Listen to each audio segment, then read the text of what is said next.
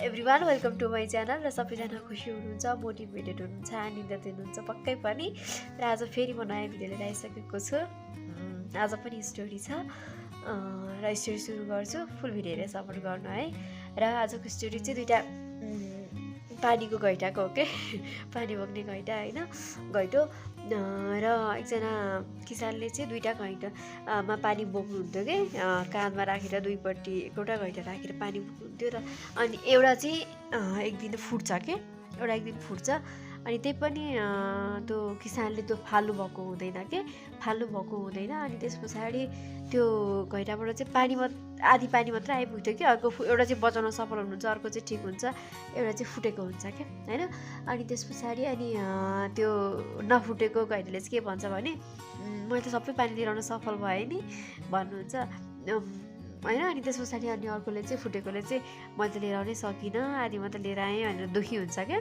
अनि त्यसपछि अनि मलाई सरी मैले सबै पानी लिएर आउन सकिनँ भनेर अनि त्यसपछि एकदम दुःखी हुन्छ। अनि त्यसपछि किसानसँग पनि अनि सरी माग्छ क्या। अनि त्यसपछि किसानले चाहिँ बताउँछ कि अनि त्यसपछि के भएको छैन, तिमीले जे भयो एकदम राम्रोको लागि भयो है भनेर बताउँछ। अनि त्यस पछाडि भन्दा पानी लिएर आउन सकिनँ, मलाई फालिदिनु, म काम छैन, आइएम सरी भनेर अनि त्यो घैटोले बताउँछ होइन। अनि त्यस पछाडि अनि किसानले बताउनुहुन्छ त्यस्तो नसोच, तिमीले जे भयो राम्रोको लागि भयो, तिमीले एकदम राम्रो काम गरिरहेको छौ, तिमीलाई थाहा आएन भने म बताउँछु भनेर। अनि त्यसपछि बताउनुहुन्छ क्या, तिमी फुल भएको साइडमा पर्छौ र तिमीबाट निस्केको त्यो तिमीबाट थोपा थोपा चुहेको पानीहरू त्यो फुलमा परेको हुन्छ होइन, फुलमा परेको हुन्छ। त्यो फुलहरू झन् दिन प्रतिदिन तिमीबाट खसेको त्यो पानीले गर्दाखेरि झन् राम्रो हुँदै गएको छ।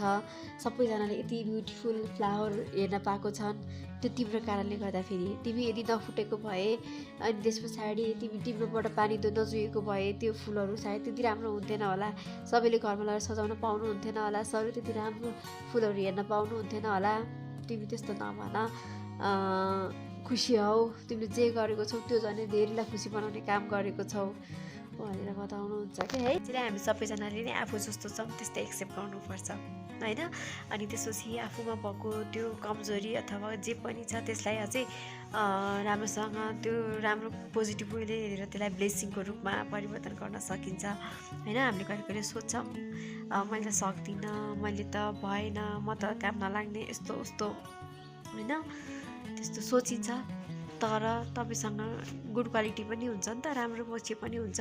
राम्रो पक्षलाई हेरेर त्यसलाई निखारेर झन् अझै राम्रो बन्न सक्नुहुन्छ। र जुन कमजोरी छ त्यही कमजोरीलाई त झन् तपाईँले अझै बेस्ट क्वालिटीमा परिवर्तन नै गर्न सक्नुहुन्छ। त्यसलाई कमजोरी नठानेर तपाईँको लागि त्यो एकदम राम्रो कुरा हो भनेर लिन जान्नुभयो भने के है। र त्योले पनि होइन फुललाई त्यति राम्रो पानीहरू दिइरहेको, फुल त्यति राम्रो भइरहेको, उसले त्यति राम्रो काम गरिरहेको त उसलाई थाहा थिएन नि त। जब त्यो किसानले बताउनु भयो बल्ल उसलाई थाहा भयो नि त। त्यसैले जस्ट पोजिटिभ भएर आफूलाई एक्सेप्ट गर्न जान्न पऱ्यो कि तपाईँ जस्तो हुनुहुन्छ त्यस्तैमा एक्सेप्ट गर्नुभयो भने खुसी भइन्छ है। Thank you everyone, have a nice day, by by everyone.